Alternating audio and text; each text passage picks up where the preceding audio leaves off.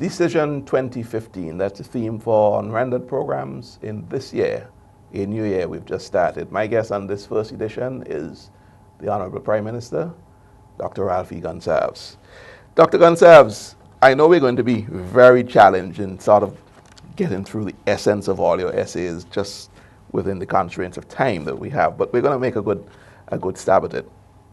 Now, moving straight on to your own pronouncement, if you want, on the whole topic of civilization. And I'm going to pick up here a part in the book where you say, a civilization and its prospects is not to be assessed mainly on the basis of the outstanding achievements of individuals within it, but clearly an abundance of individual excellence in various fields of human endeavor is an indicator of the progress of a civilization. In the Caribbean, such individual excellence is extensive. I want you to expand on that because there are doubters. There are people who think, in fact, there are people who would not call us an authentic civilization. People from within, our own Caribbean people. Because in their minds, we cannot match up to what other civilizations, as it were, have produced, have offered to the world, have announced themselves as an advanced society. There are several points which I'm making in that quotation. The first point is that there are, in any society, you have individuals of excellence. Right. For instance, you would be a person giving your own sensibilities. You have seen on many occasions in books, at exhibitions, pieces of art from societies which, in terms of their history, would be called, quote-unquote, primitive, which is a term which has its own pejorative meaning. Right. So you can have individual excellence. But that individual excellence doesn't yet mean that that is the way you judge a civilization. You judge a civilization from the collectivity of that civilization. The civilization is larger than the state. The civilization is, in a sense, larger than the very concept which you talk about, the society. And that's why you say the sum of the parts. The whole is more than is larger than the sum of the individual parts. So that's the first point that I'm making. We have to look.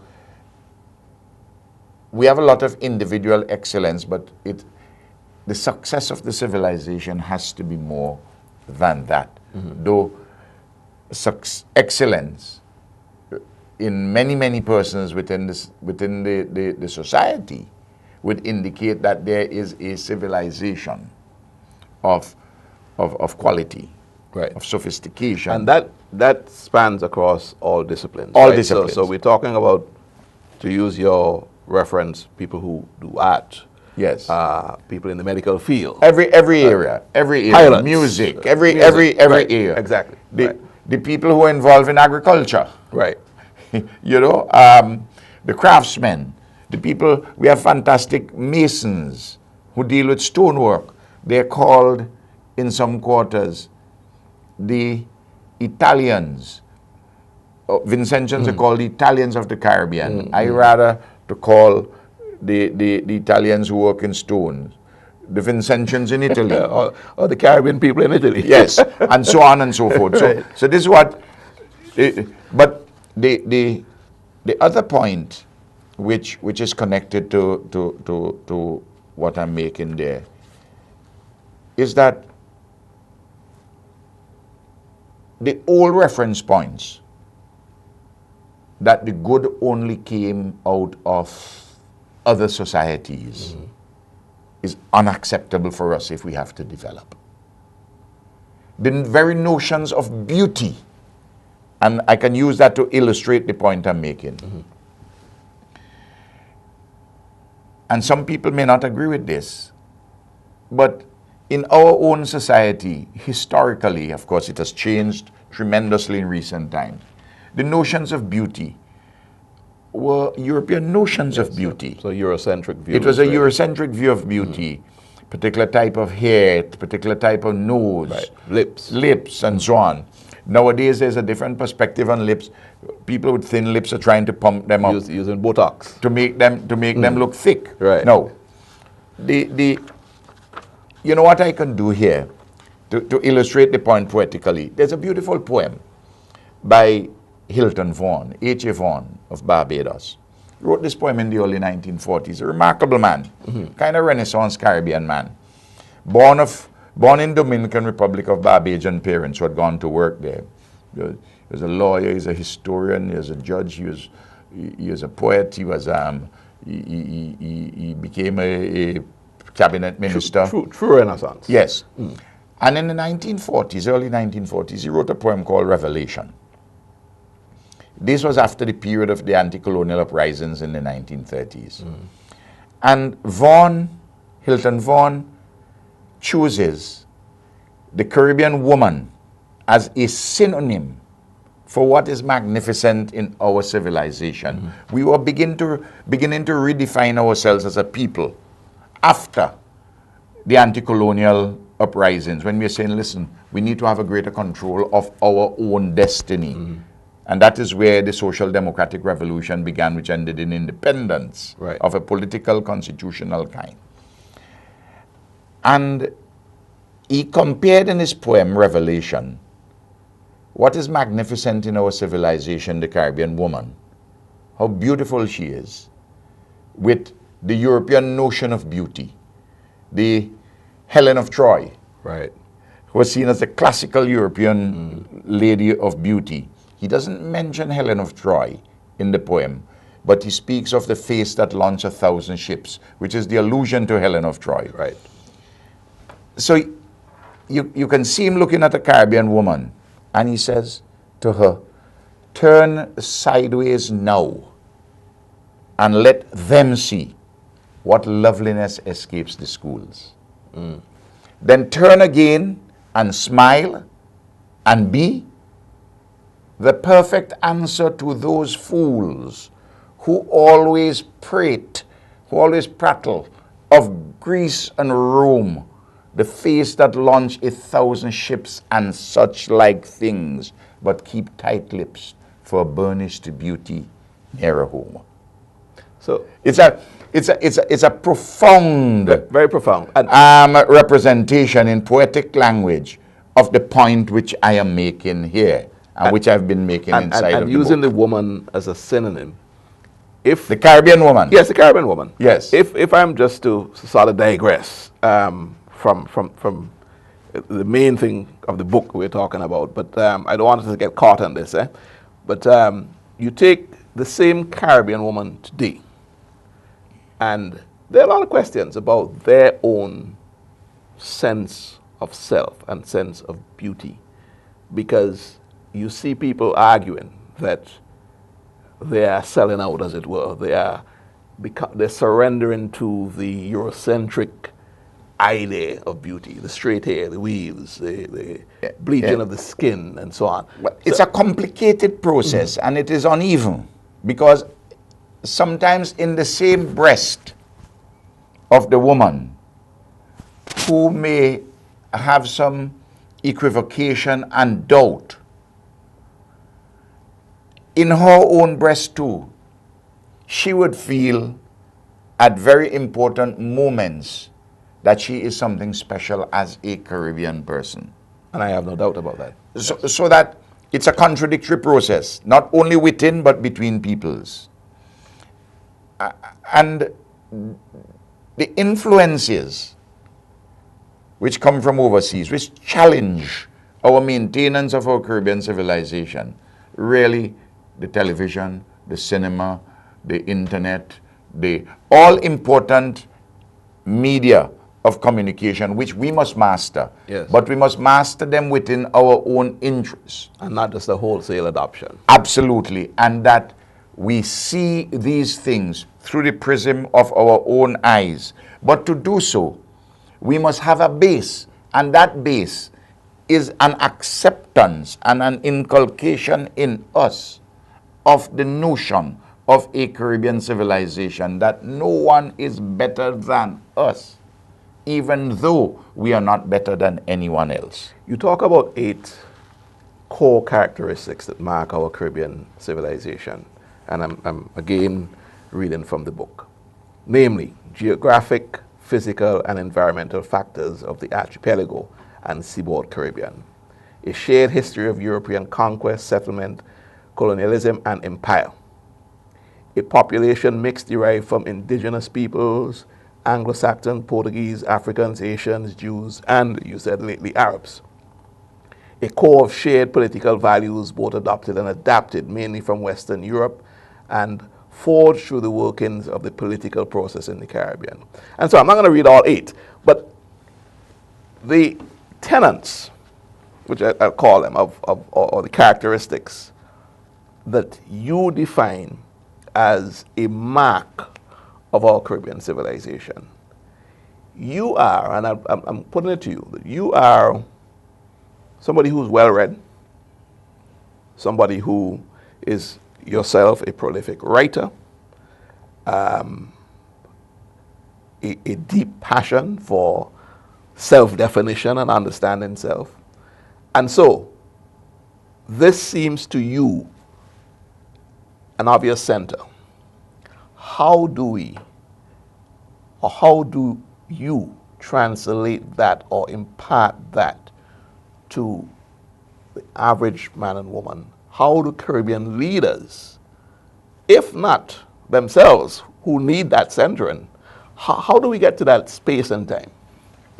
First of all, we have to accept the idea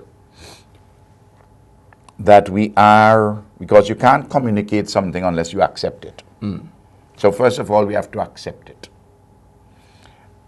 And not everybody will have it, have that sense of understanding of it, or deep comprehension. So those who have to encourage that acceptance. And there are ways in which we can do that. The education, the family, the church, the television, the newspapers, in every way, the educational system critically. And the teachers have to be the carriers and continuators of what I'm talking about. But what has to be accepted metaphorically is that in the Caribbean we are like a symphony. We are the songs of the Kalinago, call them the Caribs, as the Europeans call, or the Arawaks, the songs of the indigenous people. We are the rhythm of Africa. We are the melody of Europe. We are the chords of Asia. And we are the homegrown lyrics of the Caribbean. It had not always been like that. There has been an evolutionary process. It has come through the cauldron of history, through much pain and suffering, but yet joy and triumph. Despite all the limitations, there are possibilities and opportunities for the further ennoblement, and strengths despite weaknesses. And what we have here is to have this civilization understood historically. We started in the period of slavery, essentially as societies which were culturally plural. That is to say that each cultural or racial section of the society had its own relatively distinct pattern of sociocultural integration. And they did not really, they had contact, but there was no linkage between them other than mere contact and utility. There was no integration in them. And over the period, we see that culturally plural society has become one. So you think that's evolving? It has evolved, and where we have moved from that kind of a demarcation of a culturally plural society to a much more homogeneous one. Certainly it gone through stages of heterogeneity, of differences, and they still are, but moving towards a core of tried and tested values which are resident inside of this civilization, in this place, which we call our home, our seascape and our landscape, where we are not mere tenants, where we are not merely occupiers, but we have a permanence in it. This is our own. And wherever we may go, it remains our home because it is in us. It is in our minds. And you're saying in that space through which we define our own destiny, basically. That's I guess that's the extension to... And so that I would not say, you would not hear it out of my mouth because of the philosophical base from which I come. What would America say about something? Or what would Cuba say? Or what would Venezuela say? They are part of the world. Yes. And you pay attention to what they're saying and doing, but they do not define for you what is in the interest of your own people and your own civilization. They do not define your metaphorical space. Absolutely. Yet, this civilization cannot be parochial, and this civilization cannot only have a particularistic view. It must also have a universal dimension because we belong to a human race, to a world civilization. And that's why when I talk about an educational system, I say the educational system has to have certain functions. And one of the functions is to train critical minds to receive and transmit universal culture, but with a Caribbean particularity that you're grounded in that. That's one dimension, of course. The education system has to provide skills to run a modern, sophisticated economy. But I choose one of the functions in the context of our discussion. Prime Minister, again, we're stretching each segment of this program to its limits. You chose a poem here by Martin Carter. And I want to end this segment. I'm going to ask you actually to read it. It's on page 31 of your book, and it addresses what you were just saying, and it's a beautiful summation of where we've come from, that evolution that you speak of, and where we must go. Page 31, Martin Carter. Martin Carter is the outstanding Guyanese poet of the 20th century. He's the poet laureate, now dead, part of the nationalist movement. And he was urging us to shake off the bleak past of yesterday and become more optimistic for tomorrow.